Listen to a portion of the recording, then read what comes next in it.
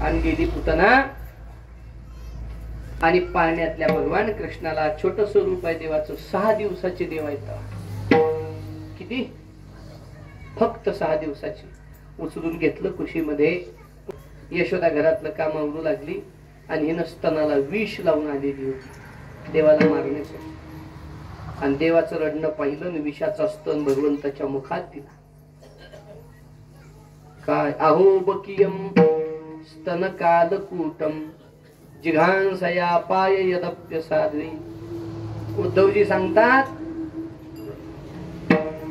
स्तन कालकूटम, स्तनाला कालकूट लावून आलेली, विष लावून आलेली पुतना भगवंताच्या मुखात स्तन दिला.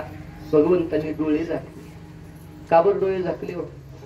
देवाने विचार केला विष खायचं काम आपलं नाही, ते डिपार्टमेंट भगवान शंकराचं आहे. म्हणून भगवान शंकराचं स्मरण केलं. डोळे झाकून अजून एक काम भगवंतानी केलं. यद्यपि मी विष प्राशन केलं तर मला त्याचा त्रास होणार नाही, पण माझ्या उदरी असणारे अनंत ब्रह्मांड आहेत, त्या ब्रह्मांडाचा तरी या विषयाचा त्रास होण्याची शक्यता आहे. म्हणून भगवंतांनी डोळे झाकले. असे अनेक कारण भगवंतांनी डोळे झाकण्याचे आहेत. आणि भगवंतांनी विष प्राशन केलं.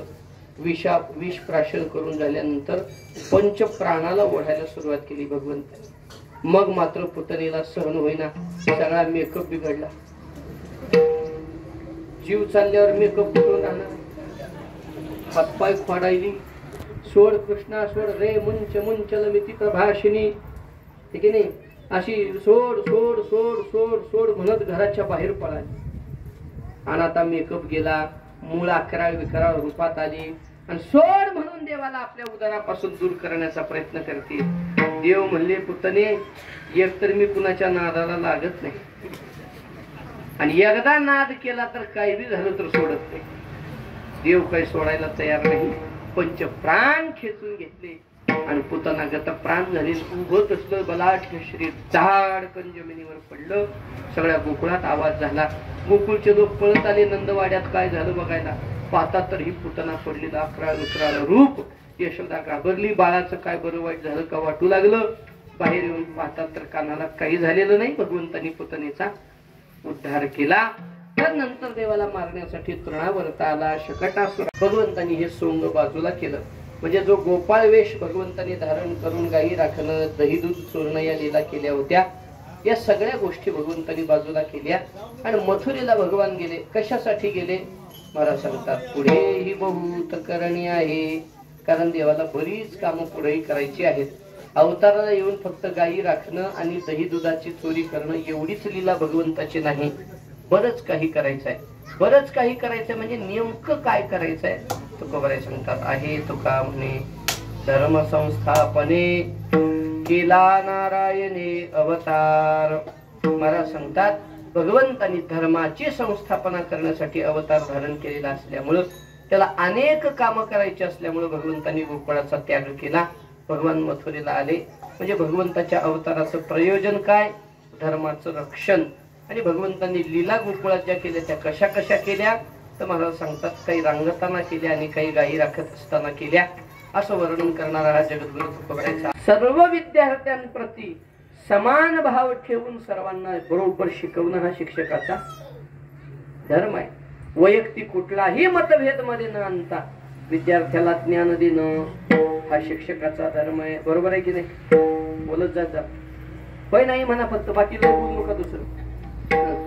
बर, कीर्तनकाराचा धर्म काय आहे? लोकाला आवडतंय ते कीर्तनात सांगणं. बरोबर आहे ना? तो धर्माचा कीर्तनकाराचा अजिबात नाही. संतांनी, शास्त्रांनी, भगवंतांनी, ग्रंथांनी जगाला जो ज्ञानाचा उपदेश केलेला आहे तो यथायोग्य पद्धतीनं लोकाला समजेल या भाषेत लोकांना सांगणं हा कीर्तनकाराचा धर्म आहे. हा मग शैली विनोदाची ठेवली तर अडचण नाही. म्हणजे एखादी गोष्ट समजवण्यासाठी काही वेळेला शैली विनोदाची ठेवावी लागते, युक्तिवाद करावा लागतो, दृष्टांत सांगावा लागतो. ही गोष्ट ज्याची त्याची ज्याच्या त्याच्यावर अवलंबून आहे. परंतु कीर्तनकाराचं कर्तव्य आहे संतांचे विचार जगापर्यंत पोहोचवणं. लोकाला आवडेल ती कीर्तन सांगणं हे कीर्तन नाही. आणि लोक बी असं झाले, लोकाला एवढे मोठे मनोरंजनाचे साधन आहेत पण लोकाला वाटतं कीर्तनात मनोरंजन व्हावं. कीर्तनात मनोरंजन नाही. कीर्तनात भगवन नाम चिंतन व्हावं.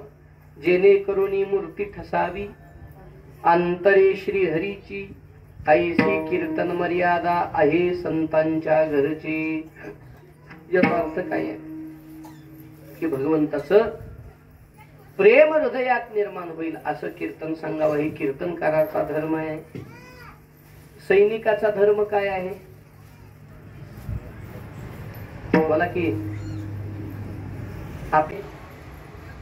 आपल्या वारकरी किंवा संत परंपरेचा, ऋषी परंपरेचा जर आपण विचार केला तर संत परंपरेनं, ऋषी परंपरेनं, सनातन परंपरेनं, हिंदू परंपरेनं धर्म हा जातीवाचक ठेवलाच नाही.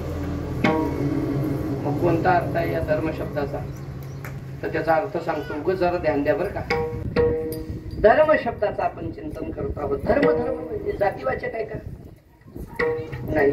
कारण माणसं म्हणतात बघा, अहो स्त्री धर्म काय सांगतो म्हणतात की नाही.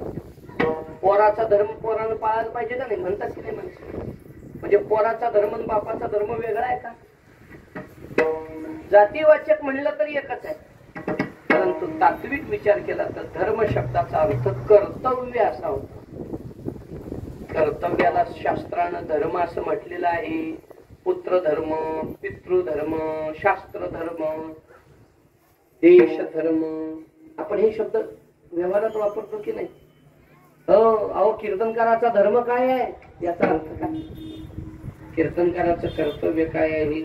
शिक्षकाचा धर्म काय आहे याचा अर्थ शिक्षकाचं कर्तव्य काय आहे? म्हणजे ज्या ज्या वेळेला माणसं आपलं कर्तव्य विसरतात आणि मनाला वाटेल तसं जगायला लागतात की समजावं जगात अधर्म आहे. ज्याचं त्याचं एक विहित कर्म आहे, एक नियमून दिलेलं कर्तव्य आहे. ते कर्तव्य सोडून माणसं भटकायला लागली की अधर्म वाढतं. धर्म म्हणजे अशी काही गोळा, अशी काही पदार्थ, वस्तू, असं काही आहे का? नाही. तुम्ही आम्ही तुमची आमची जागा न सोडणं म्हणजे धर्म, आणि जागा सोडून वागणं म्हणजे अधर्म.